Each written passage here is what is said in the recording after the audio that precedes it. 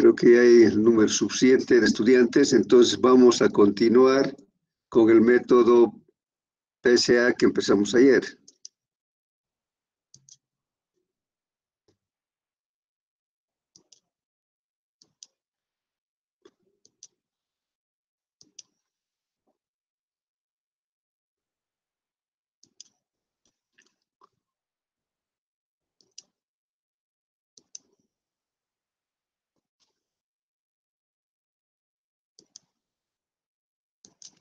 Entonces ayer hablamos de que para el diseño del pavimento tenemos que considerar las posiciones críticas de los camiones.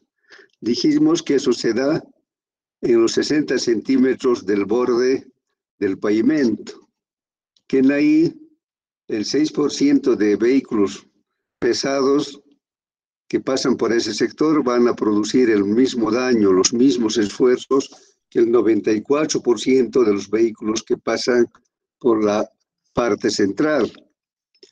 Y la otra posición crítica es cuando los camiones, además de estar en el borde, se sitúan justo en la junta con la losa adyacente.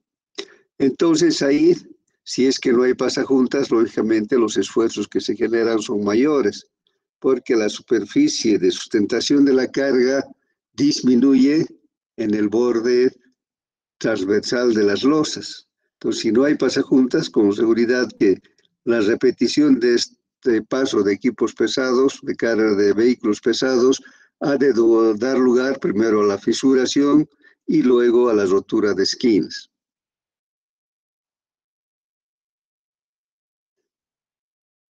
Hemos dicho que este método se basa en el consumo de resistencia que tiene el pavimento. Y de acuerdo a eso se va haciendo el porcentaje de daño que se genera en los dos criterios que hemos hablado. Primero, que es de fatiga, y el otro es de erosión. En el fatiga hemos dicho que el pavimento que diseñemos tiene que resistir hasta cumplir el periodo de diseño sin producir fisuras en la parte central, sin que el pavimento llegue a la fatiga. Entonces, si el espesor es suficiente, el hormigón no va a llegar a condiciones de fatiga. Entonces, aquí tenemos el porcentaje de daño que se puede producir por erosión. Hemos dicho que la erosión se da como consecuencia de que debajo de las juntas de las losas hay inmersión de agua y esa agua satura la subbase o la base, que luego cuando pasan que hay vehículos pesados, cuando está saturado el material de la base, entonces van a expulsar pequeñas partículas de material fino. Y como esta situación se repite infinidad de veces, entonces debajo de la losa en el sector de las juntas se va a producir lugares erosionados que provocan la inestabilidad en el apoyo. Entonces dijimos que la solución para esto puede ser, por una parte, en la parte de las juntas transversales, es que las juntas tengan pasajuntas. Y en los bordes es poder incluir una berma acotada de 60 centímetros o en su defecto tener losas ensanchadas también en 60 centímetros. Pues aquí el daño por erosión ha de ser igual a la sumatoria de C sub 2, que es un factor que vale 0,6 para pavimentos sin acotamiento, sin bermas acotadas, o 0,94 para pavimentos con acotamientos ligados al carril o con los ensanchados. N sub I es el número pronosticado de repeticiones para cada tipo de eje. N sub I es el número de repeticiones de carga admisibles del grupo de carga I. Entonces, N minúscula sub I es el número pronosticado de repeticiones del tráfico para cada tipo de eje. Y N sub I es el número de repeticiones de carga admisibles, que eso está en función de la resistencia que tengan las losas.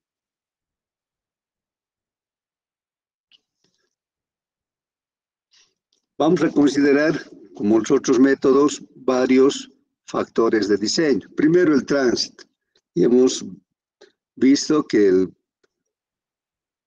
valor de partida o el diseño que hagamos va a ser para un determinado tráfico. Entonces podemos determinar el tráfico actual, luego analizando datos históricos definimos una tasa de crecimiento y con esa tasa de crecimiento el tránsito actual podemos proyectar primero hasta el año cero y luego para el periodo de diseño.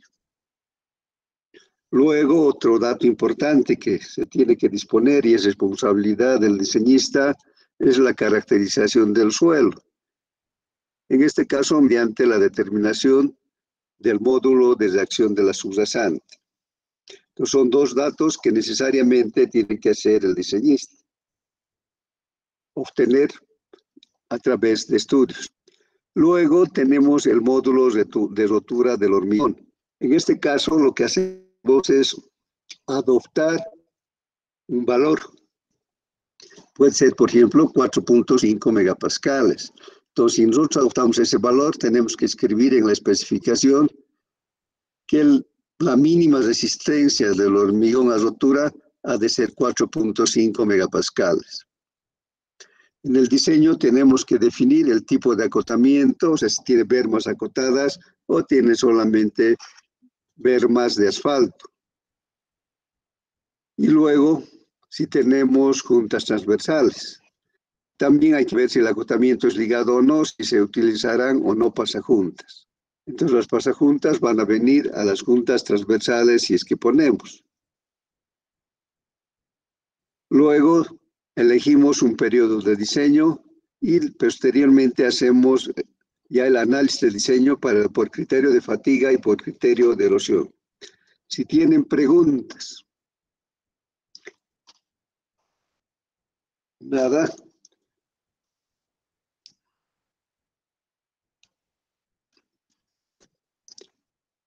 Entonces, el tráfico ya hemos hecho varias voces, solo que aquí tiene algunas cuestiones adicionales. Vamos a hacer una distribución de pesos por eje por cada 1000 vehículos. Vamos a aplicar una tasa de crecimiento y vamos a determinar también los factores de distribución del tránsito en el carril de diseño. Estamos hablando del factor direccional y del factor de carril.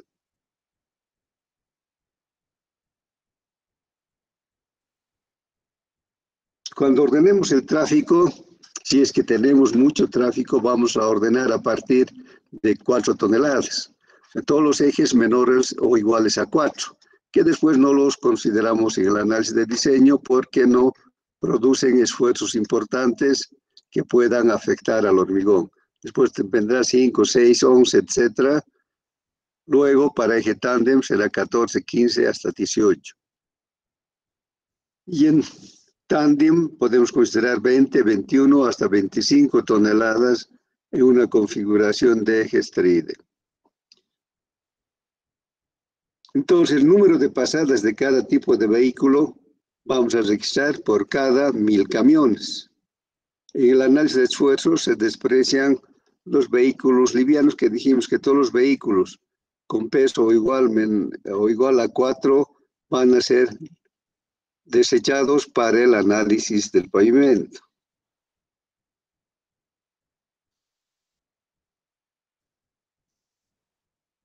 El factor de distribución por carril determina el porcentaje de camiones que transitará sobre el carril de diseño. Cuando la vía pavimentada es diseñada con 2 o más carriles en cada dirección. Antes teníamos en el ASTO y también el NIT una tabla para sacar el factor de carril o su equivalente. Aquí tenemos un pequeño ábaco.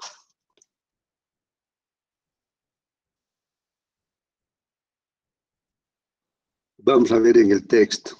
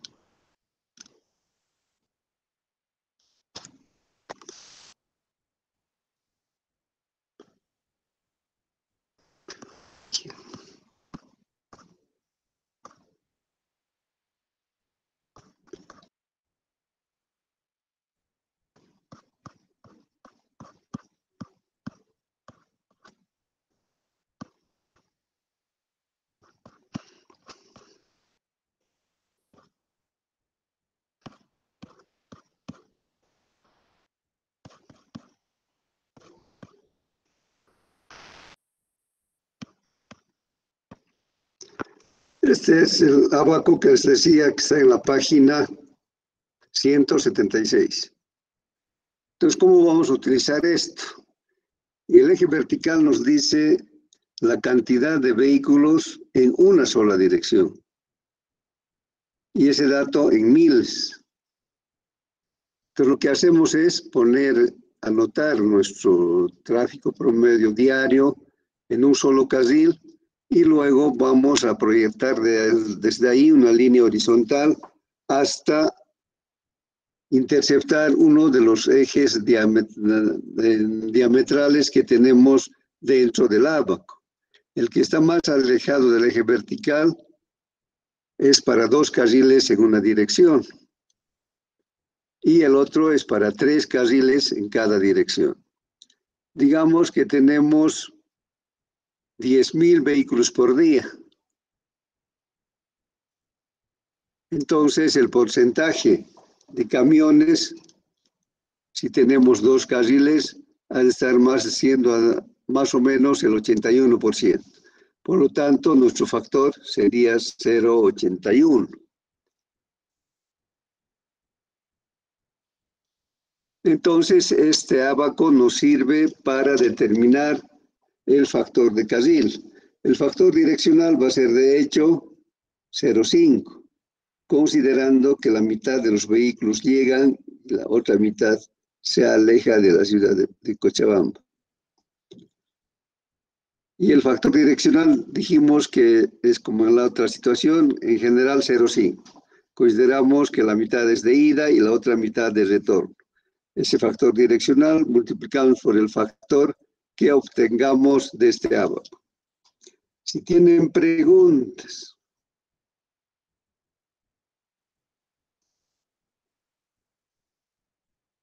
Entonces tenemos el factor por distribución de carril. Inge, buenas tardes. Es el abaco que hemos visto hace un momento.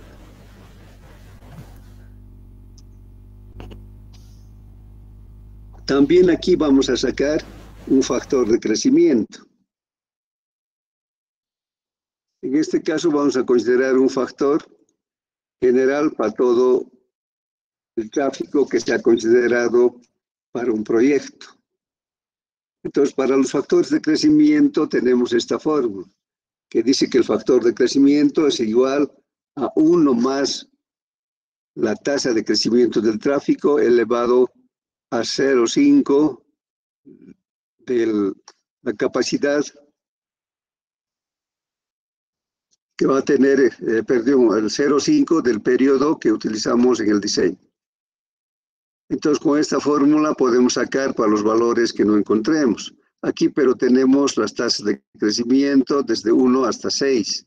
Si tuviéramos 2, por ejemplo, y nuestro periodo es 20 años, sería 20. Si tenemos un crecimiento anual de 4, el factor de crecimiento sería 1,5. Podemos sacar de esta tabla que está en el texto o podemos aplicar esta fórmula. Si se fijan, es una fórmula diferente a la que exige al crecimiento, al factor de crecimiento en el método AST. Si tienen preguntas. Un minutito.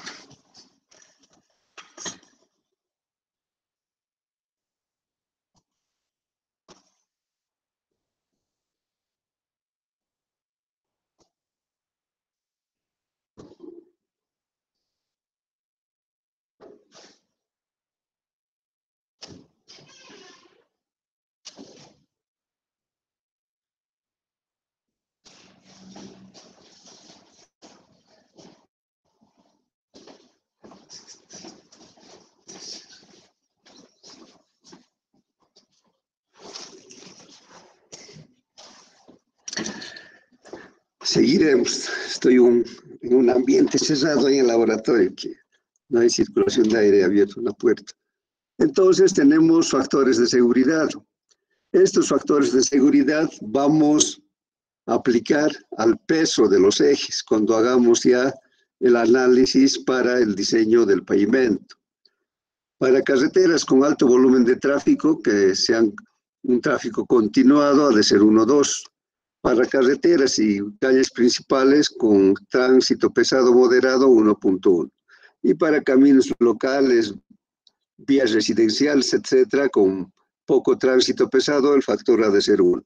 Nosotros en general vamos a utilizar un valor de 1,1 para nuestras carreteras, que realmente no tienen un elevado tráfico pesado. En cambio, si hacemos diseño para vías urbanas, el factor ha de ser 1.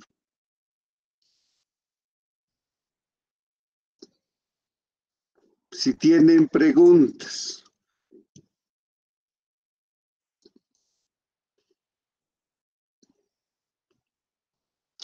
Ahora tenemos que estas fórmulas que estamos viendo han sido aplicadas en realidad para hacer las tablas de diseño de la PSA. Nosotros no vamos a hacer este análisis de las fórmulas porque directamente podemos encontrar los resultados en las tablas. El DSUFR es el daño acumulado en el periodo de diseño. Va a variar desde I igual a 1, que se refiere al número de repeticiones, hasta un valor M.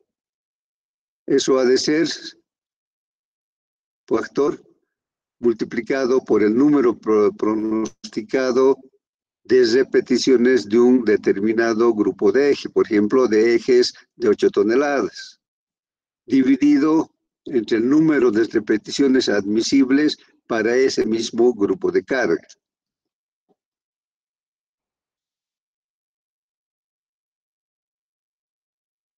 ¿Y cómo se obtienen las repeticiones permisibles de las cargas?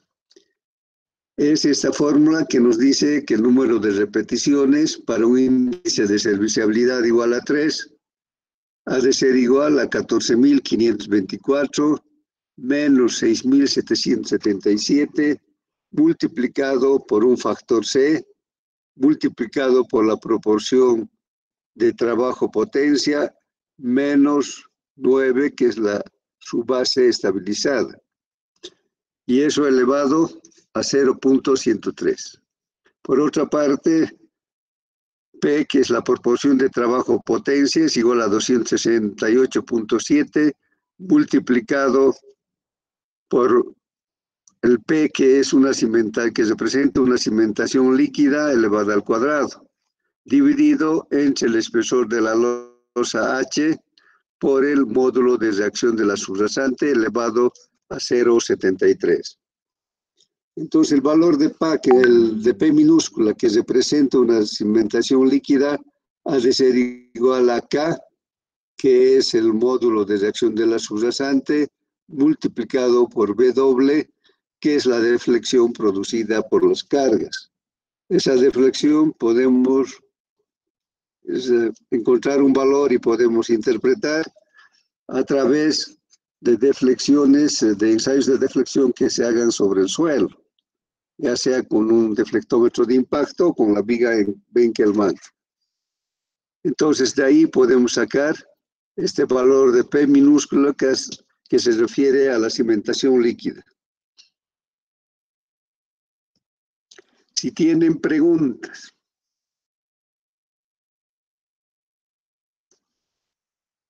Para el hormigón, como dato de diseño, vamos a utilizar la resistencia a la flexión a los 28 días.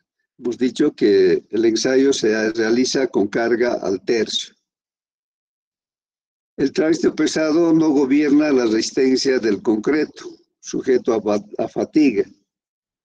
El diseño está corregido por el criterio de erosión.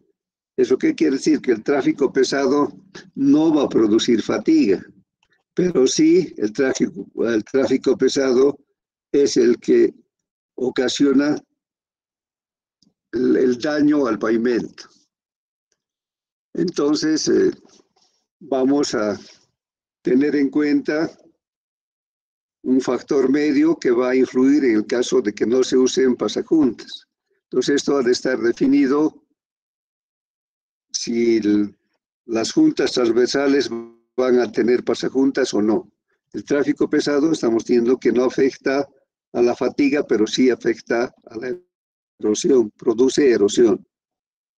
Entonces la afectación del tráfico pesado ha de ser mucho menor si utilizamos juntas transversales. En cambio, el tráfico liviano va a producir fatiga en las losas. Si tienen preguntas.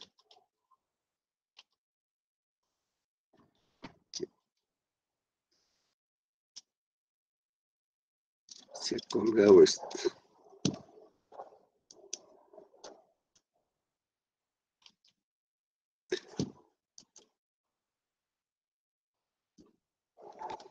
¿Qué pasa?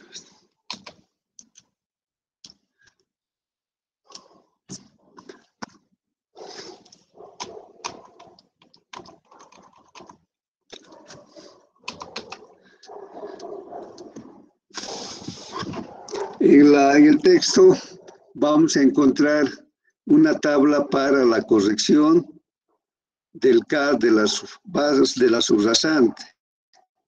Tenemos que entender que si ponemos su base o base, ha de haber un incremento de la capacidad de soporte del suelo. Entonces no podemos trabajar con el K de la subrasante solamente. Entonces vamos a obtener un K corregido que va a ser un K de la subrasante y la subbase.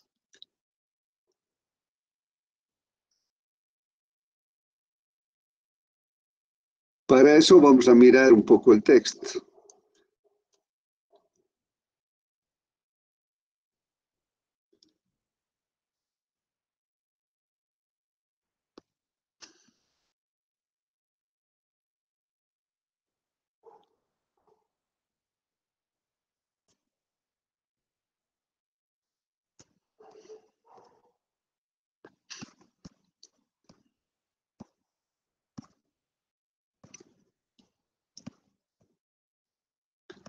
Estas tablas están en la página 163 y 164.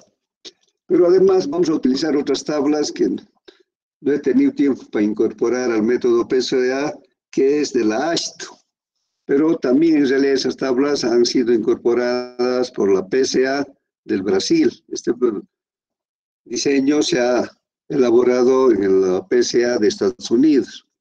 Y en el Brasil han hecho, por ejemplo, esa modificación de la corrección de la subrasante con la utilización de cualquier tipo de subbase o de base. Entonces, en estas dos páginas, 163 y 164, tenemos los valores para hacer la corrección, el valor de la K de la subrasante. Digamos que la subrasante tiene un valor de K de 49 megapascales por metro. Y si nosotros vamos a poner un espesor de 15 centímetros a la subbase, el valor del K corregido ha de ser 60. Perdón, 65. En cambio, si tomamos una subbase de 20 centímetros, sería 79. Para 15, 65 y para 20, 79. Esto es para su base granular.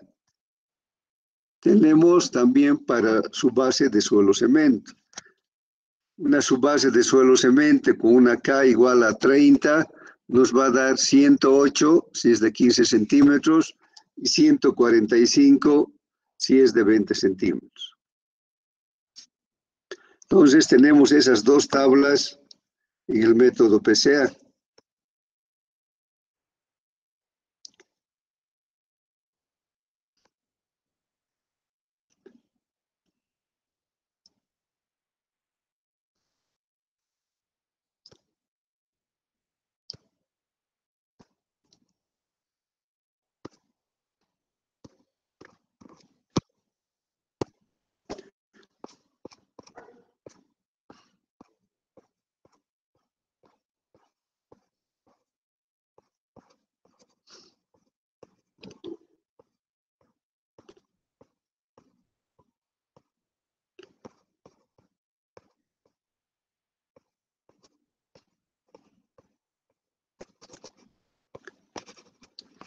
Están en la página 190 hacia adelante. Estas tablas que están en la parte de rígidos del AISTO tienen una ventaja, que podemos entrar con el CBR o podemos entrar con el K. Por ejemplo, para sus bases granulares, si tenemos un CBR de 6 y vamos a poner un espesor de su base de 15 centímetros, ha de ser 46. Y si fuera 20 centímetros nuestra su base, ha de ser 53 megapascales por metro. Luego tenemos para suelo cemento. Tenemos para suelo mejorado con cemento. Y para el efecto de en la subbase del hormigón compactado.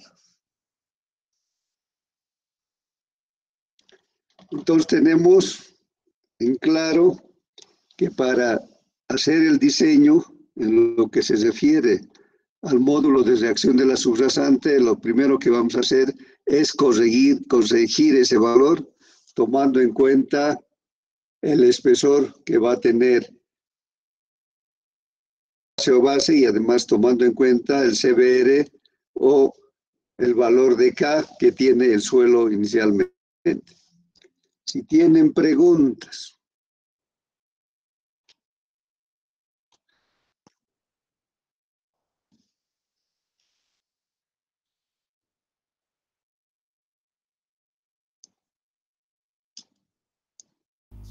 Inge, estas tablas del AASHTO 93 las vamos a usar en el método PCA. Esta vez está con un volumen muy bajo. A ver, dime. Estas tablas del AASHTO 93 las vamos a usar en el método PCA. Sí, lo vamos a utilizar porque son en realidad tablas de la PCA también, pero solo es de la PCA del Brasil. Ah, ya.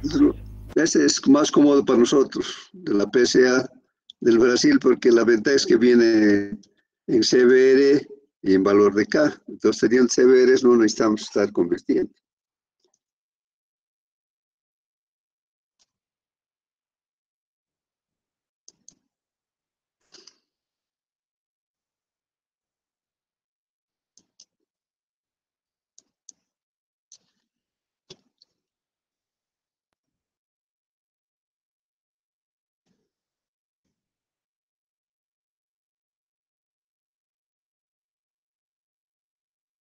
Aquí habíamos visto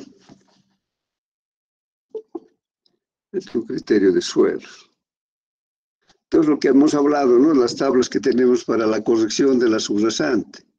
En la parte de la PCA nos viene en megapascales por metro del valor de K y tenemos espesores de 5, 10, 15 y 20 centímetros para la subbase.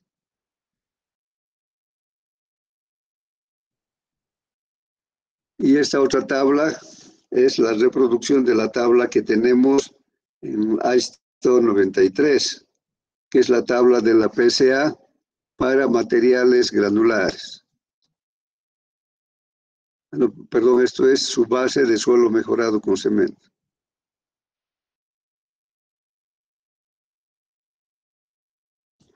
Cuando hagamos el diseño vamos a utilizar tablas y vamos a utilizar ábacos. Las curvas de diseño están elaboradas en función de las repeticiones permisibles y la relación de esfuerzos.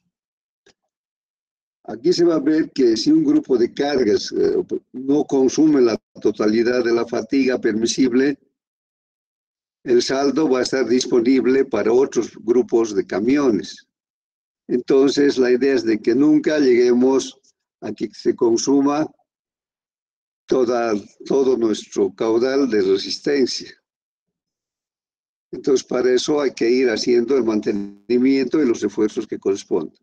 Entonces, vamos a utilizar un término que se llama relación de esfuerzos, que es el esfuerzo de flexión equivalente entre la resistencia a la flexión. La resistencia a la flexión es el módulo de rotura. Hemos dicho, vamos a utilizar entre 4, 4,5 o 5 megapascales por metro.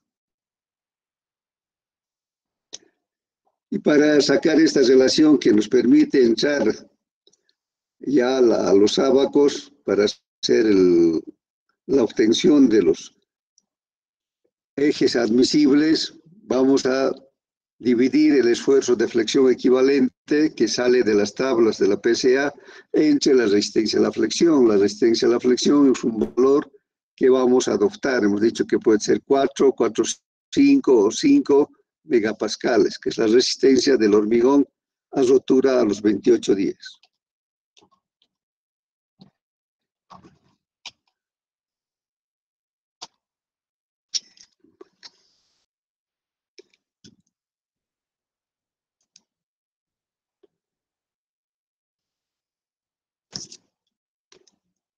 Aquí podemos ver estos ábacos, lo mejor que vamos a ver en el texto.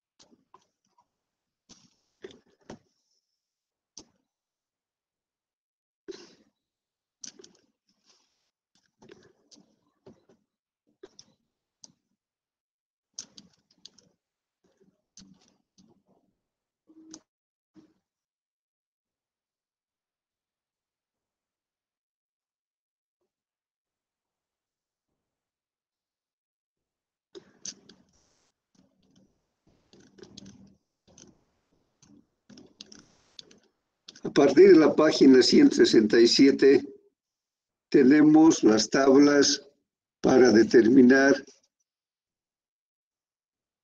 los esfuerzos equivalentes, que hemos dicho que en la realidad se debería calcular mediante ensayos de deflexión. Entonces aquí, como la PES ha hecho un trabajo largo para obtener promedios que sean válidos para toda situación, entonces vamos a entrar directamente a estas tablas. Si se fijan aquí abajo, dice PS22, esfuerzo equivalente, pavimento sin bermas de concreto. Entonces aquí vamos a buscar para todos los pavimentos sin bermas de concreto. La tabla de abajo es para tándem y la de arriba es para eje sencillo. Entonces aquí vamos a entrar con el espesor de la losa. Digamos que hemos establecido 200 milímetros y que el K corregido sea 60.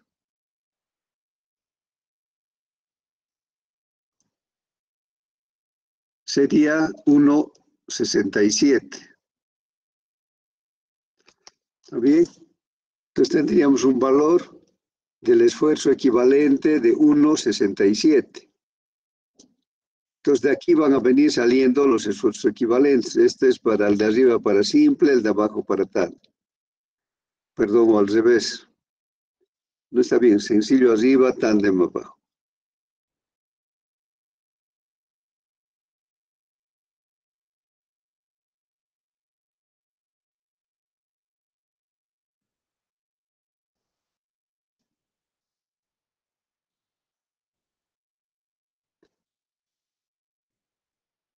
Después tenemos más abajo el esfuerzo equivalente para pavimentos con bermas de concreto. Más abajo vamos a encontrar los factores de erosión. Esos factores ya son para analizar el daño que produce la erosión.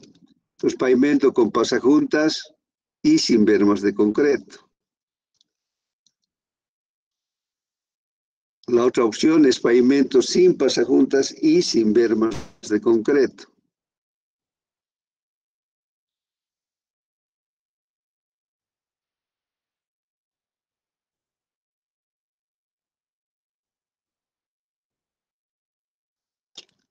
Han encontrado en sus textos, ¿no? Entonces tenemos también los factores de erosión para diferentes condiciones. Esto es con pasajuntas y con bermas de concreto.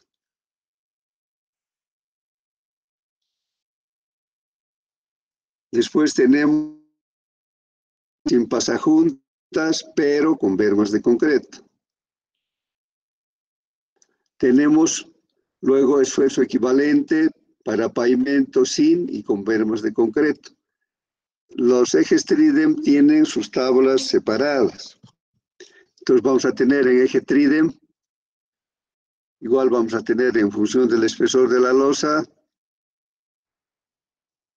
en esas primeras tablas del Tridem sería para pavimento sin y con bermas de concreto. El de arriba sería sin bermas de concreto y este de abajo con bermas de concreto.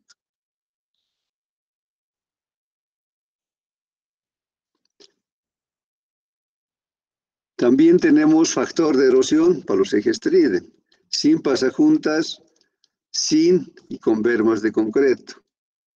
Pues el de arriba es sin pasajuntas y sin bermas de concreto, y el de abajo es sin pasajuntas, pero con bermas de concreto.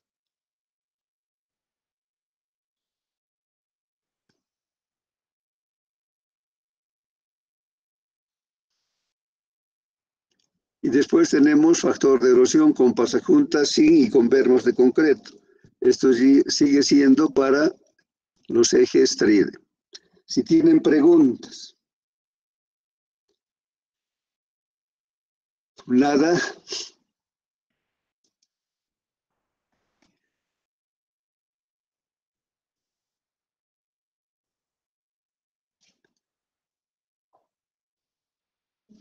Hola.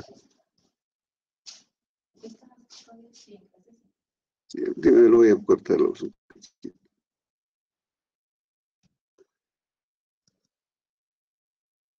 Se me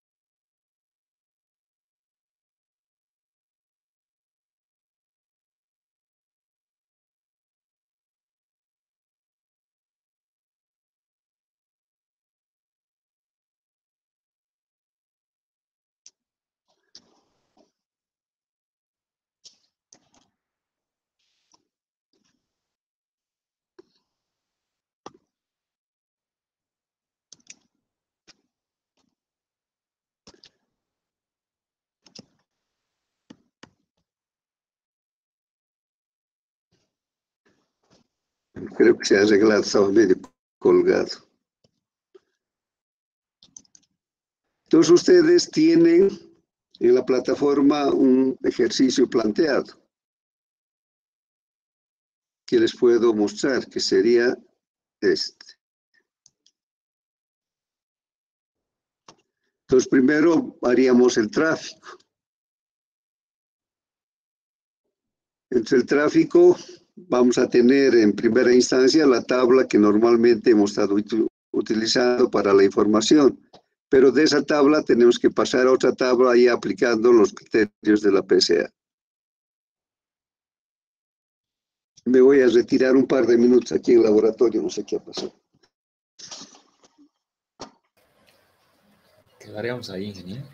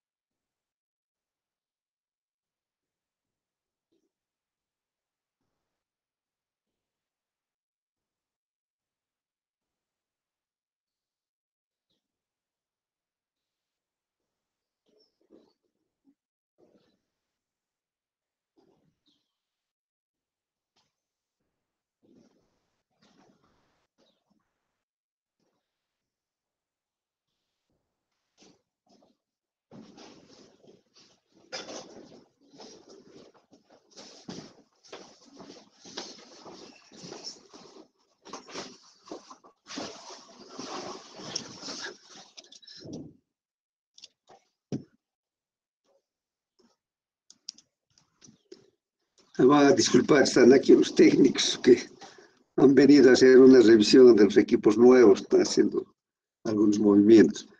Entonces vamos a llenar esa planilla.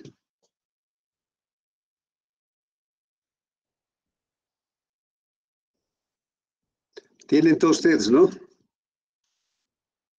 Entonces lo primero que se hace es ir seleccionando los ejes de acuerdo a su peso.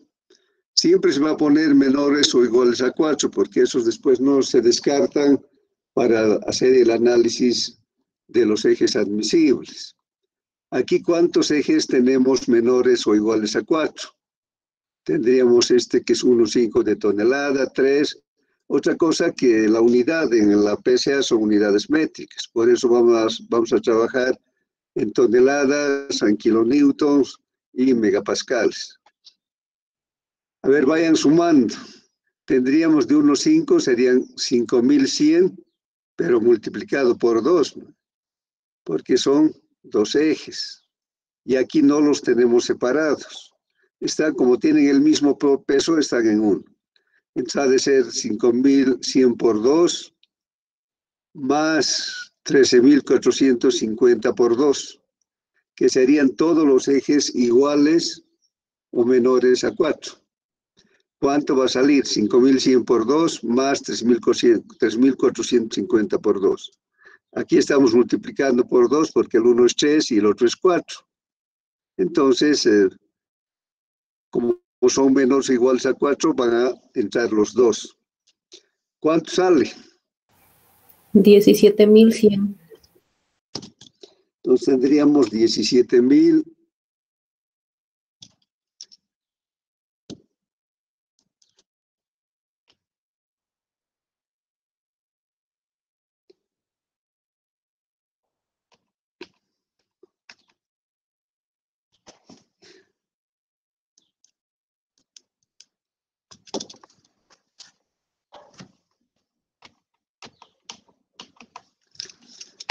No sé qué le ha pasado a mi laptop que no quiere anotar, pero ya vayan anotando, 17.100, ¿no?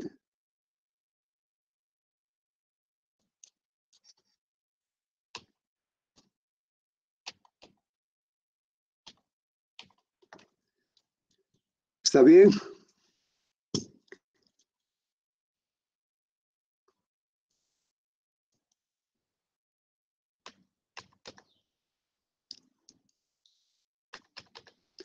Nada.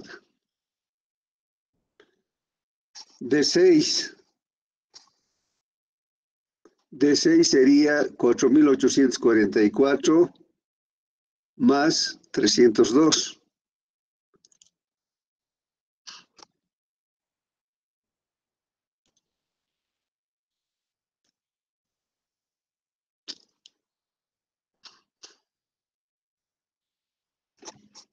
Pero voy a salir de esta planilla y voy a volver a entrar con otra.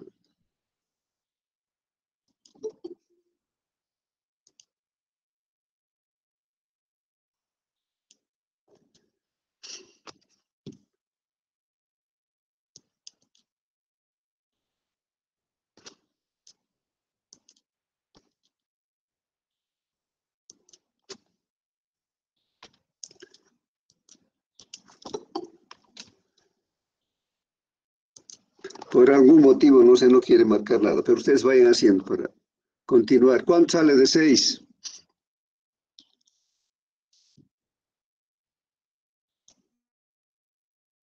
4 más 302.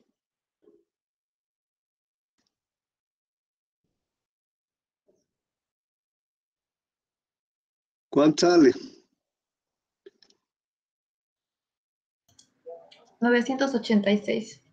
Ya. Luego tenemos de 7, que sería 426, porque es el único eje del tándem. Luego separamos los ejes tándem. Tenemos de 16, ¿cuántos van a ser? Ha de ser 684 más 302 por 2. O sea, 604 más 684.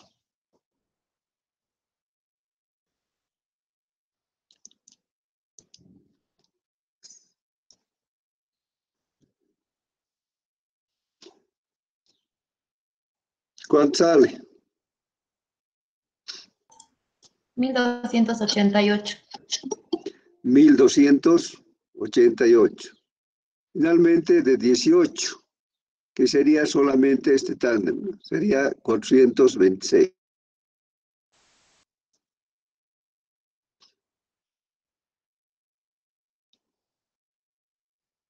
¿Cuánto sale?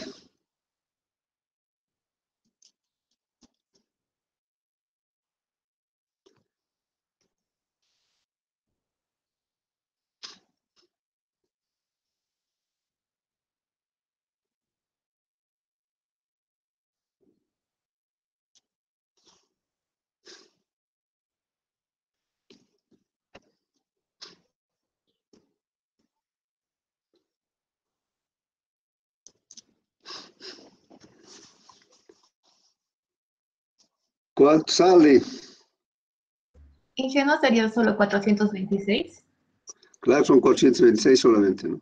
Nada más. Lo que tenemos que hacer ahora es sumar la totalidad de los ejes, los simples y los tándem. Y si hubiera trident, también los trident. 20.226. Entonces anotan 20.226. Y en este otro lado también vamos a sumar el volumen de tráfico diario, que ya está sumado, pero verifiquen, 9.962, ¿está bien?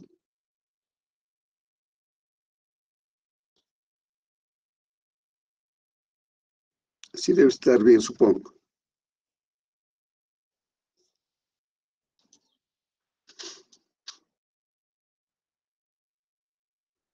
Sí, está bien. Luego sacamos ejes por cada 1.000 camiones. Vamos a ver un poquito, yo creo en él.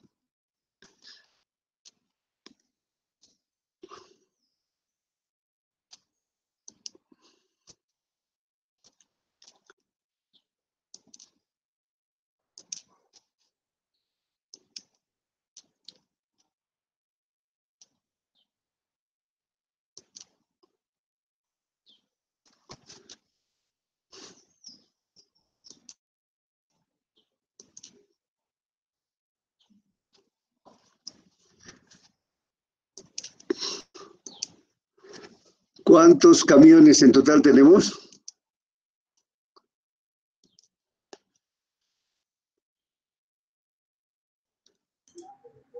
$9.962. 9.962. ¿Y cuántos ejes tenemos en total? 20.226.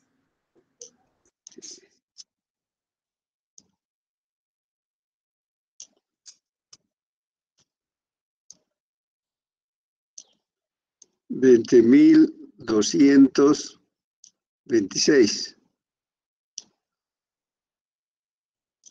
Ahí en el análisis de tráfico, lo que nos piden es tener la cantidad de ejes por cada 1.000 camiones. Entonces nos están pidiendo cuántos ejes tenemos en 1.000 camiones.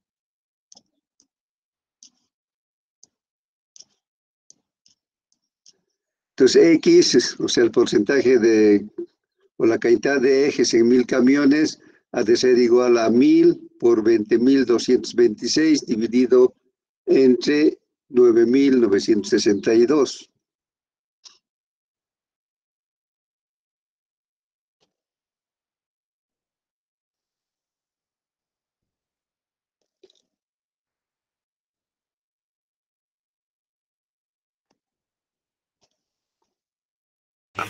$2.030.31, ingeniero. Entre 1.000 camiones tendríamos, vamos a ir viendo. 2.030.31.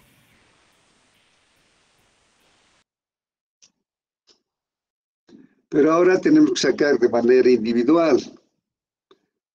Entonces, ¿cuánto era menor o igual a 4?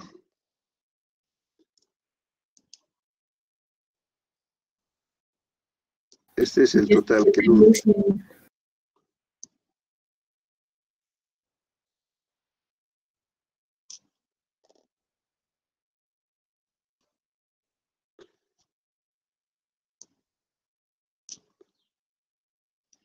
¿Cuánto daba?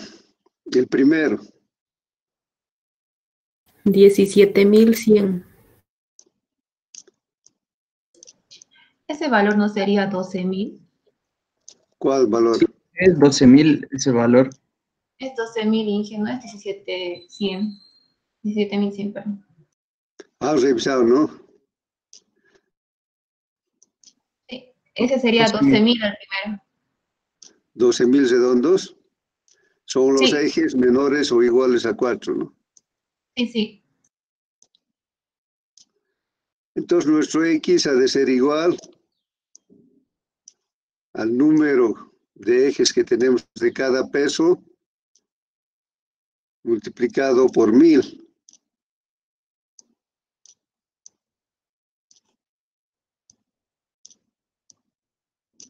Y dividido entre 9.962, que es el total, ¿no?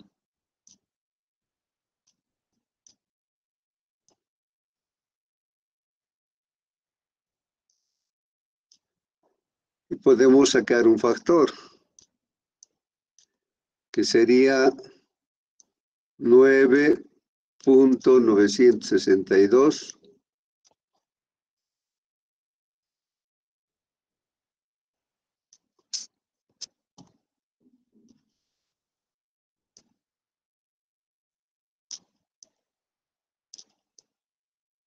multiplicado por n.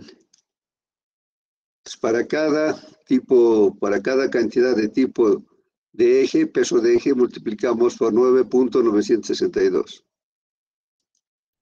Disculpe, ingeniero. Sí, El valor que acaban de dictar de 12.000, el de número total de ejes, no está considerando, parece, el primer valor que era de 5.100 por 2, solo están tomando de 5.100, así sale 12.000, pero si tomamos multiplicado por 2, sale está mal 17.100. entonces. Es 5.100 por 2, porque aquí no están divididos los ejes.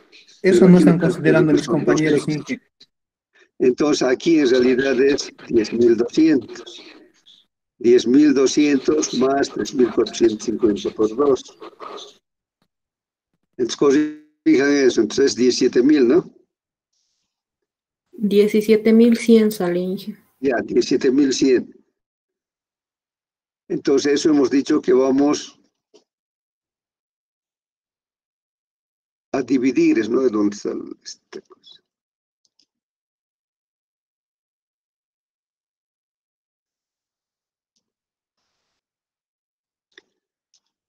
Esto está mal, ¿no? Esto no es multiplicado.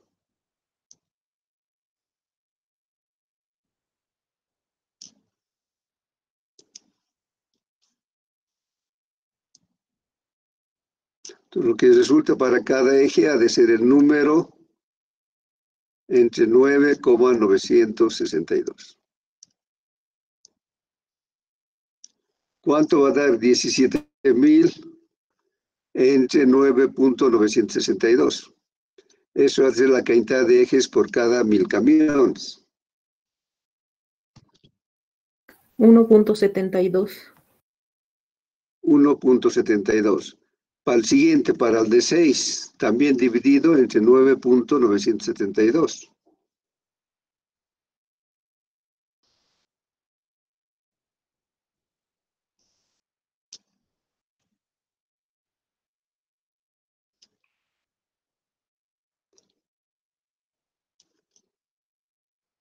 $0.1. No puede ser 0,1. Dividido entre 9.962.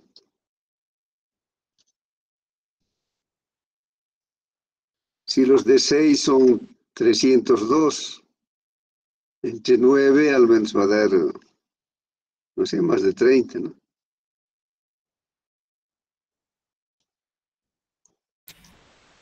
98.98 me sale mi ingeniero. 99 entonces, ¿no? Después para 7. 43 me sale, Inge, para 7. Para 16. 129. Estamos hablando del total de ejes, ¿no? No estamos hablando de esto aquí. De 18. 43. Y entonces vamos a quedar ahí porque tengo clase de maquinaria luego. No, es que están dando mal mi laptop. Entonces, la próxima clase, que sería el martes, ¿verdad? El lunes vamos a hacer el DIPAF. El martes continuaríamos con esto. El examen es el martes, ¿no? Miércoles. Miércoles, ¿no? Entonces el martes vamos a hacer esto. Vamos a Lunes no hay hacer clases, Inge. el lunes no hay clase, ¿no? Entonces esto se va a ir para la siguiente semana, sería para el 9, ¿no? El 9 de noviembre haríamos esto. El 3 vamos a hacer el DIPAF. El 4 es el examen. Y la siguiente clase es el 9. Entonces, vamos a volver a hacer desde un principio, para que quede claro. Espero que mi Excel se arregle. Es como, estos programas son truchos a veces. No sé, pues, se arruinan, ¿no? No quiere escribir en ninguna casilla. Entonces, quedamos ahí. Seguimos el día martes y tienen que tener todos ya su programa, ¿no? Para que vayamos desarrollando directamente. ¿Tienen el manual del DIPAF? Sí, hola. No, ingeniero.